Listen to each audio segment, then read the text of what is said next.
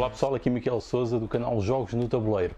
Hoje venho fazer aqui uma review de um jogo que eu andava para falar há muito tempo, que eu tenho falado muito, mas que ainda não analisei, nem tentei explicar como é que se joga. E esse jogo é o Tzolk'in, o calendário maia, aqui na versão francesa. Um jogo que, por exemplo, a Devir também tem editado para Portugal e é daquelas coisas que eu gosto sempre de louvar por editarem estes jogos para Portugal, em português e para os portugueses. Então vamos ver a review e depois trago-vos aqui a minha opinião no final. O setup inicial aqui do Tzolk'in, vou montar aqui apenas para 2 jogadores, portanto colocamos aqui milho e aqui com florestas por cima de cada um do milho, ou seja, é um por cada tipo de jogador, 2 em cada uma destas localizações, aqui não se cobre com madeira. Depois vamos adicionar aqui em baixo edifícios.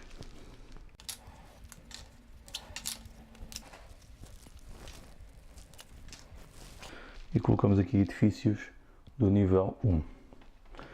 Depois vamos colocar também aqui monumentos, tendo em conta o número de jogadores. Por exemplo, a 2 seriam colocados apenas 4 e haveria mais para mais jogadores. 4 peças destas a cada jogador, das quais ele vai escolher 2 para ter os recursos iniciais. Por exemplo, se escolhesse estas 2, teria 11 de milho, 1 de ouro, 2 de madeira e uma pedra. Mas se escolhesse, por exemplo, estes, teria menos recursos, mas teria a evolução aqui no tecnologia azul e aqui também seria na tecnologia azul. E existem outro tipo de coisas destas, por exemplo, para dar avanços nos deuses, para começar com mais trabalhadores, uma série de coisas. Nós é que escolhemos o que queremos. Portanto, vamos escolher 2 destes para começar.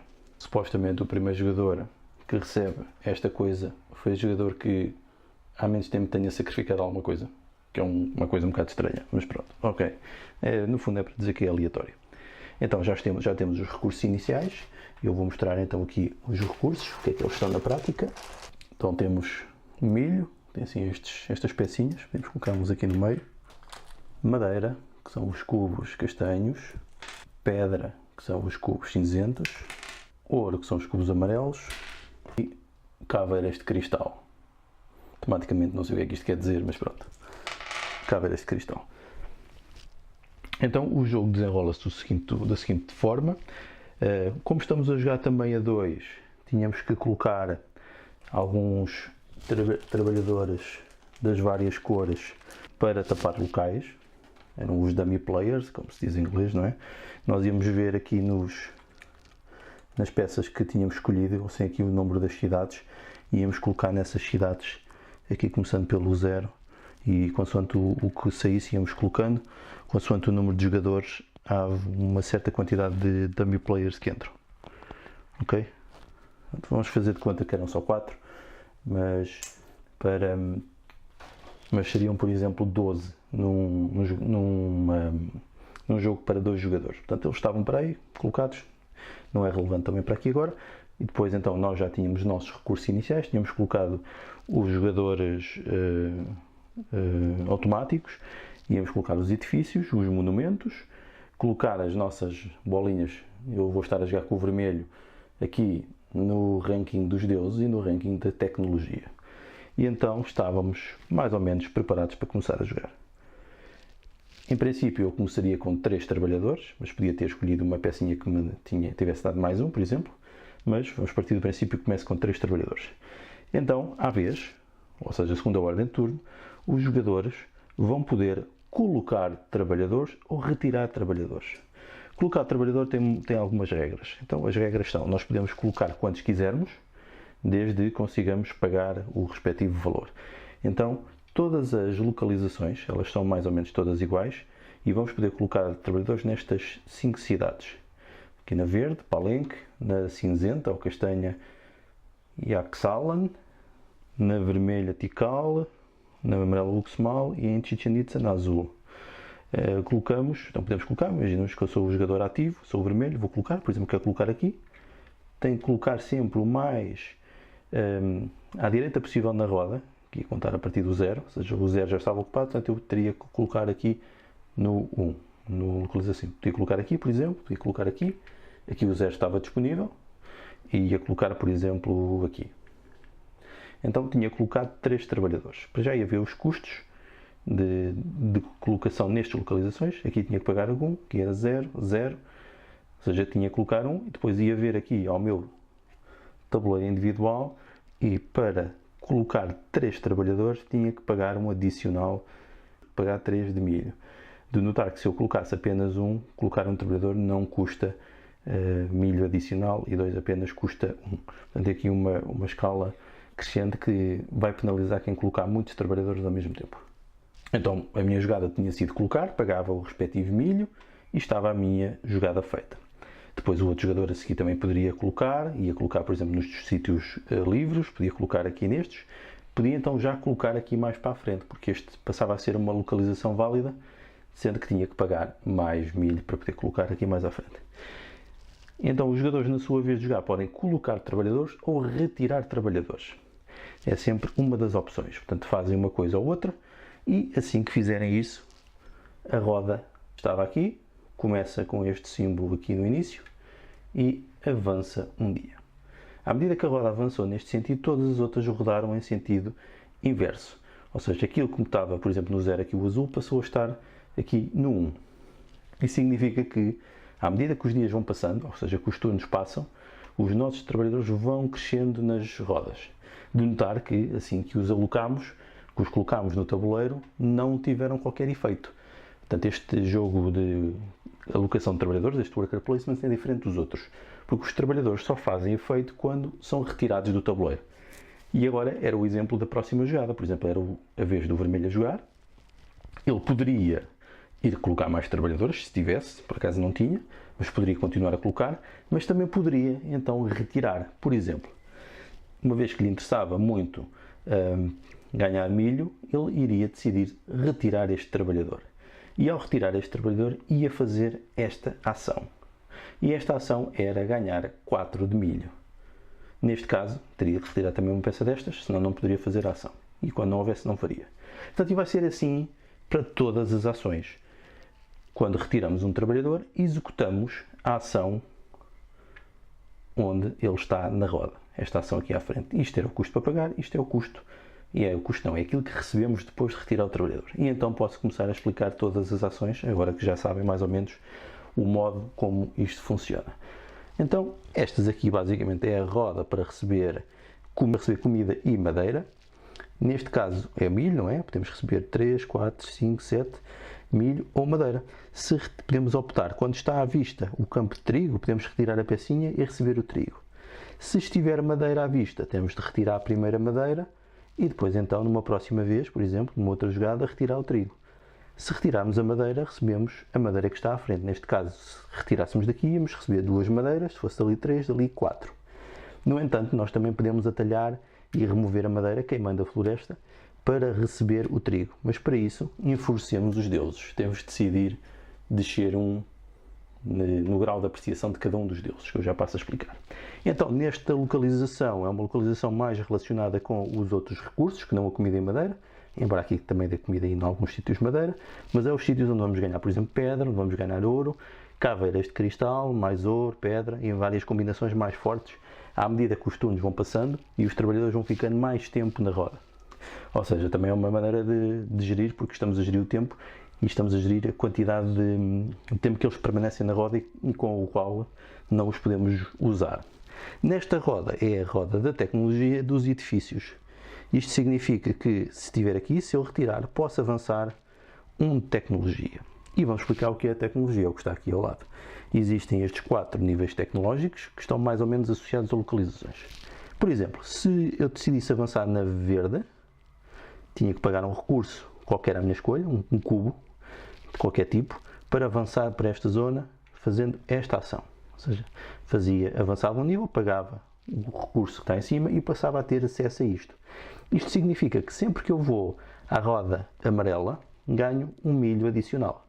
Se eu avançasse numa outra vez para aqui, pagava então 2 recursos e significava sempre que eu fosse à roda verde, ou seja, neste caso para a caixa azul do rio, ia ganhar, que é supostamente a pesca, ia ganhar mais um de comida. E significa que a partir de agora podia passar a ignorar a necessidade de retirar estas peças para tirar milho. E aqui à frente ia ganhar 2 mais 2 de trigo, sendo que isto é tudo cumulativo para trás. Ou seja, assumimos isto tudo à medida que estamos mais à frente, mas passa a ser muito mais caro. No entanto, nunca passamos deste nível, mas se alguma vez pudermos avançar mais, basta pagarmos um recurso e ganhamos este benefício que está aqui, que neste caso é subir num dos rankings à nossa escolha. Mas nunca vamos para lá. Pagamos o recurso e ganhamos o benefício. Os restantes sítios, na roda castanha e na verde, ganhamos sempre uma madeira a mais, então quando ganhamos madeira, aqui ganhamos na castanha uma pedra a mais quando ganhamos pedra, e aqui o mesmo para o ouro quando ganhamos ouro, sendo que aqui o benefício é ganhar 2 recursos à escolha quando temos a oportunidade de evoluir já na situação máxima. Neste caso, é quando construímos um edifício, ganhamos 1 de milho. Aqui, quando construímos um edifício, ganhamos 2 pontos, e quando construímos um edifício, pagamos menos um recurso, sendo que aqui, na localização máxima, passa a dar pontos automaticamente. Aqui neste caso, se evoluímos para aqui, passamos a poder pôr na casa à frente da roda azul. Aqui, sempre que ativamos a roda azul, podemos pagar um recurso e subir num deus à escolha. E aqui, sempre que pudermos ganhar uma caveira, ganhamos uma caveira adicional na roda castanha. E aqui a mesma coisa. No topo não avançamos, mas podemos pagar um recurso para ganhar uma caveira adicional sempre que pudéssemos subir no azul por qualquer motivo. Então, o que é que há aqui mais? Então, voltando aqui à roda vertical. Aqui é a ação que permite construir um destes edifícios de baixo. Esta é a ação que permite avançar em 2 tecnologias ao mesmo tempo. Esta ação permite construir 2 edifícios, sendo que o segundo não temos estes bónus, ou construir um monumento. Então, em baixo são os edifícios, e estes edifícios, assim que o construímos, ele é substituído por outro no final da ronda. Significa que vão haver sempre muitos disponíveis, e não há limite para o que temos. No entanto, aqui em cima são os monumentos. Estes não vão ser repostos ao longo do jogo, só vão haver estes para o jogo todo e acabam por ser multiplicadores para o final do jogo. Vamos explicar só o que é que faz isto aqui. Em cima tem o custo, por exemplo, este custava uma pedra e uma madeira, este custava 4 madeiras, e depois em baixo tem o efeito que faz. Então, por exemplo, este aqui. Este permitia avançar na tecnologia azul, sem pagar os custos dos recursos em cima uma vez, e ainda subíamos no nível do deus verde. Por exemplo, este aqui, os trabalhadores passavam todos a custar 1 de milho na fase de alimentação, já digo o que é. Aqui subíamos então na roda castanha amarela, aqui um trabalhador estava sempre pago a alimentação dele, aqui subíamos tecnologia na roda verde, aqui na roda de baixo, e ganhávamos estes recursos também. Portanto, existem muitas coisas destas. Alguns também dão pontos de vitória diretamente, são coisas que estão sempre a surgir. Sendo que estes são os edifícios de nível 1. Quando a roda chegar aqui a esta localização, isto rodar tudo, novamente, ou seja, metade do jogo, entram outros edifícios. Os edifícios de nível 2 que são mais poderosos. Isto é tudo substituído e entram novamente mais edifícios. Quanto aos monumentos, basicamente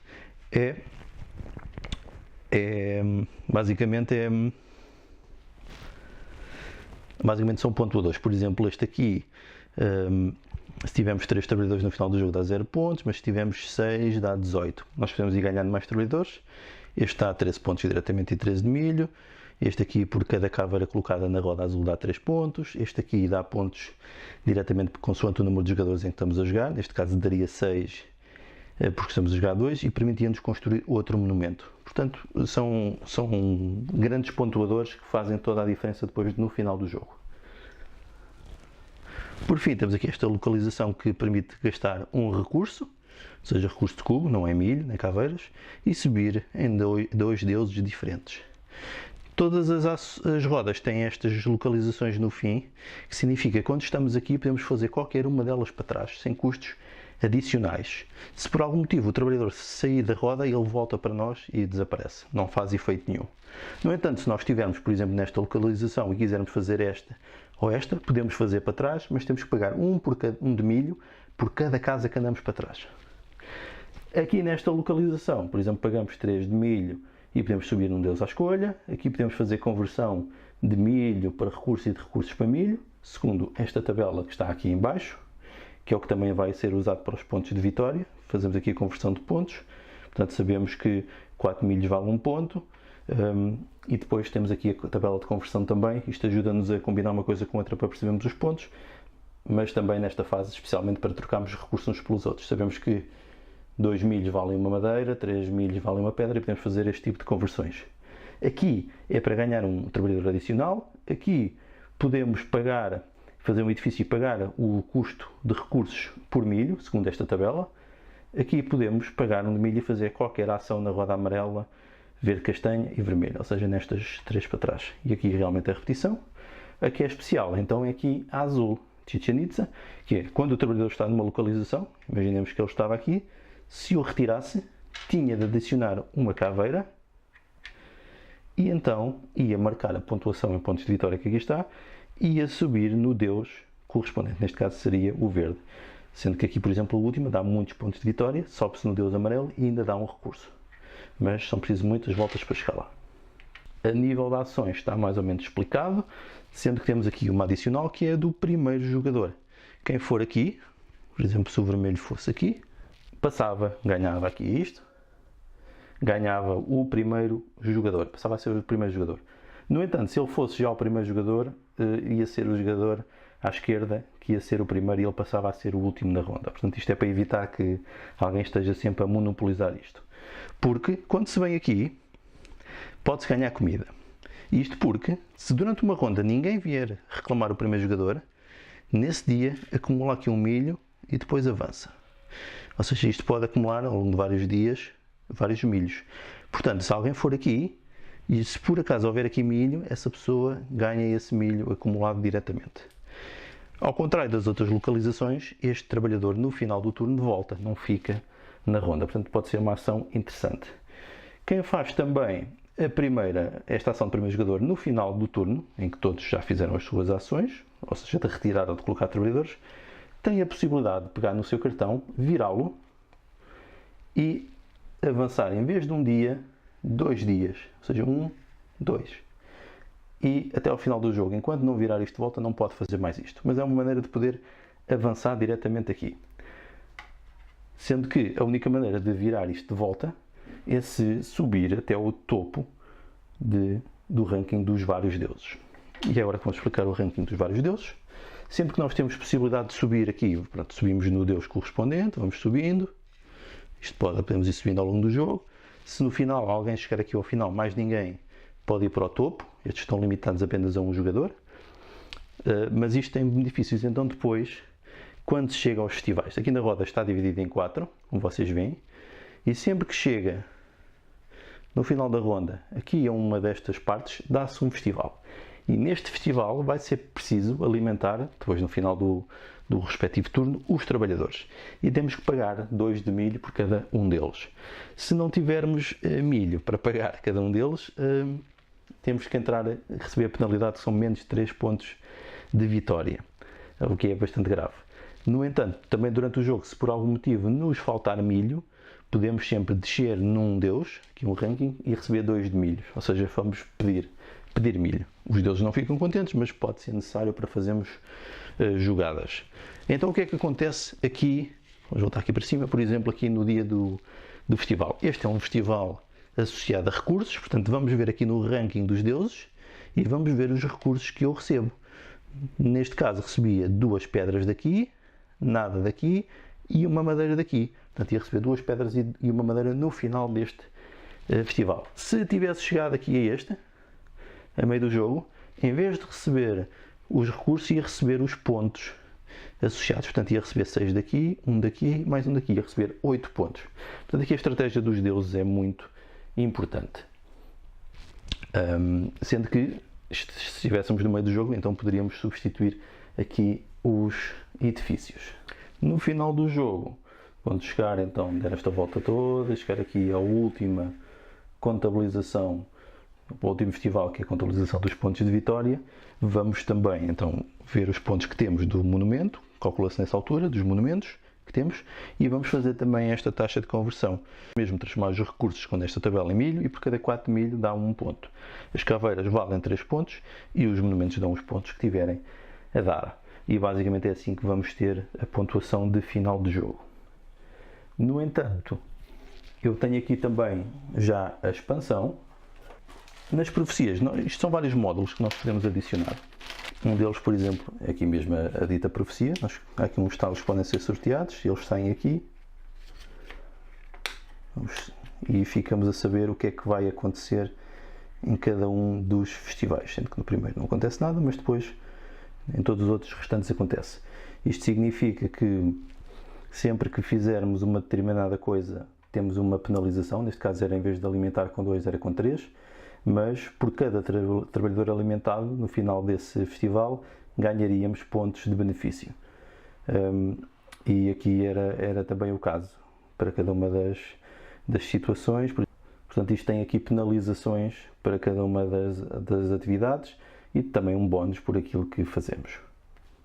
Sendo que dá para planear isto ao longo do jogo, porque sabemos exatamente o que é que vai acontecer em cada fase. A expansão traz também aqui uma pecinha para substituirmos aqui no trabalhador, para escolher o primeiro jogador. Continua a haver essa opção, no entanto há 3 opções adicionais. E isto são opções que vão mudando. Nós no início do jogo vem aqui uma série de peças em que nós colocamos, elas estão aqui também ordenadas consoante a altura do calendário, no primeiro ou no segundo, alguns edifícios. Portanto, nós vamos colocá-las aqui, vamos construindo isto, por aí fora, ao longo da roda. Quando pomos todas, isto fica completo. E sempre que está neste festival, neste dia, aliás, colocamos aqui e passa a ser uma adição adicional que qualquer pessoa pode ir lá como trabalhador, sendo que uma pessoa só pode estar uma vez aqui, paga o custo, que é um milho, ou seja, paga o custo que é um milho e recebe o benefício que está ali, neste caso era um milho e uma madeira, mas existem muitos outros, como vocês podem ver, muitas coisas interessantes, recursos em ações diretas que vêm dar aqui alguma variabilidade também ao jogo. Por fim, a expansão tem também tribos. Neste caso elas estão em francês, mas pronto, isto é só para vocês perceberem benefícios que estão. Por exemplo, esta aqui começavam com 3 peças iniciais, mas perdiam um favor dos deuses. Este aqui, os custos para colocar trabalhadores eram mais baixos. Pronto, isto vem dar também variabilidade para poderes distintos no início do jogo. E também uma diferença na expansão é que nos traz mais edifícios, mais interessantes para dar mais variabilidade. Isso é aquilo que eu uso sempre, são esses edifícios adicionais. E nesses edifícios tem aqui coisas diferentes, que é, por exemplo, quando se chega a estes festivais, dependendo da zona que é, podemos ganhar estes recursos se tivermos o edifício. Portanto, é outra diferença nos edifícios originais. E basicamente é isto, o Tzolk'in. E pronto, é assim que se joga o Tzolk'in. Posso ter cometido aqui algum lapso, penso que não. Alguma falta de esclarecimento em algum pormenor, mas penso que dá para ter uma noção de como é que é o jogo. Pronto, este é um dos meus jogos preferidos e infelizmente não o tenho levado muito à mesa ultimamente, nem sei muito bem porquê, quer dizer, se calhar sei bem porquê, porque, sei lá, demasiadas coisas, não é? Não dá para jogar tudo, o tempo também não é muito, mas eu gosto mesmo muito deste jogo, porquê? Para já é um bocado diferente dos restantes jogos de alocação de trabalhadores, porque aqui nós ou colocamos trabalhadores ou retiramos, e ao contrário de muitos dos outros jogos, quando colocamos um trabalhador, ele não faz efeito. Ele só faz efeito quando sai do tabuleiro. E, consoante o tempo que ele fica em tabuleiro, pode fazer ações mais poderosas ou não. E é um jogo que também, que nem sempre ter muitos trabalhadores é bom. E o facto de estarmos também à espera dos trabalhadores na roda, a ganharem mais tempo para fazerem melhores ações, também impede-nos depois de fazer outras ações. Portanto, é um jogo que eu diria que é bastante original nisso e que obriga realmente a pensar o modo como vamos abordar o jogo, como é que o vamos fazer. Depois, o facto dos monumentos variarem sempre, os edifícios, traz-lhe sempre variabilidade. Eu fico sempre com aquela sensação que há poucos monumentos para aquilo que eu gostava de fazer. Este é um dos exemplos. Curiosamente, é um jogo onde eu raramente ganho e é um jogo que eu tenho jogado muito com a minha esposa. Ela gosta muito deste jogo e ela costuma-me ganhar nisto. Até porque costuma aproveitar muito bem ali as benesses dos deuses, que podem ser muito importantes porque dão-nos recursos e pontos de forma quase gratuita. Não é bem gratuita, mas quase. Eu gosto mais do aspecto de construção do jogo. Acho que é mais ou menos evidente porquê. Pronto, eu gosto muito deste jogo. Não lhe consigo encontrar assim nenhumas falhas, lacunas. Ele pode ser difícil de entrar, embora também não me pareça que tenha regras muito difíceis. Mas é um jogo que eu diria que é mesmo excelente, é mesmo bom, encaixa mesmo naquilo que eu gosto, pelas mecânicas, pela fluidez, pelo tema, em que as mecânicas são mesmo mecânicas, aquilo é a mesma mecanização da roda, ajuda a perceber o efeito de tempo, por isso eu acho que isso é interessante. É um jogo de alocação de trabalhadores, um que eu costumo gostar também, tem gestão de recursos bastante, temos alguma liberdade para fazermos aquilo que quisermos, podemos definir várias estratégias, o jogo vai mudando. O que é que eu posso dizer deste jogo que me desagrada? Basicamente nada. Talvez só, se calhar, o facto de, se estamos a falar de um jogo de maias, não há sacrifícios humanos. Isso é estranho. Aquela questão das caveiras de cristal, não sei bem o que é que aquilo quer dizer, embora tenham sido encontradas algumas caveiras decoradas com pedras, mas será isso? Não sei. Será um modo de abordar os sacrifícios humanos? Não sei. Tendo em conta que é um Eurogame, normalmente essas coisas são, esses lados mais violentos são retirados, embora não seja todos os jogos, mas é aquilo que eu acho aqui mais estranho. Do ponto de vista da temática, mais ou menos, as mecânicas levam-nos mais ou menos para a narrativa do mundo maia, do calendário, da gestão do tempo. Se temos a sensação que estamos a apanhar os recursos e, não sei, talvez não muito, isso talvez se sinta mais noutros jogos de recolha e de agricultura. Eu diria só que se calhar a nível dos recursos, os cubos poderiam ser transformados noutro tipo de recursos mais palpáveis, não é? Podiam ser pequenos pedaços de madeira, pequenas pedras por aí fora, mas é uma coisa menor também. E eu diria que os trabalhadores estão bem, embora pudessem ter também algum trabalhamento, mas é necessário que eles estejam assim para poderem encaixar nas peças das mecânicas das rodas, das cidades.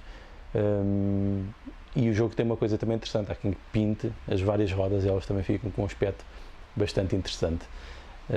O jogo, não sei porque, parece-me estar a ficar ligeiramente danificado, mesmo não o tendo usado. Talvez seja porque o tabuleiro tem que se montar sempre, porque todas aquelas peças são elementos que se tem que montar as rodas e o tabuleiro não é um tabuleiro único, todo ele é montado.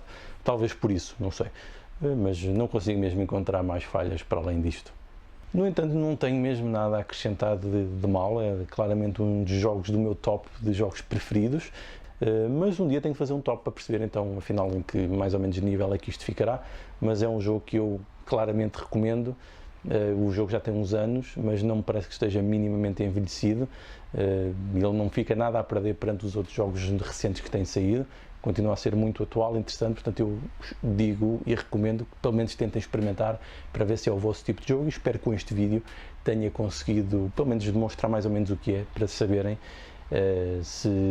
por onde é que devem começar, se devem experimentar ou não, e para experimentarem por vocês mesmos, porque independentemente da opinião que nós possamos dar, só mesmo experimentando os jogos é que depois nós percebemos se gostamos deles ou não.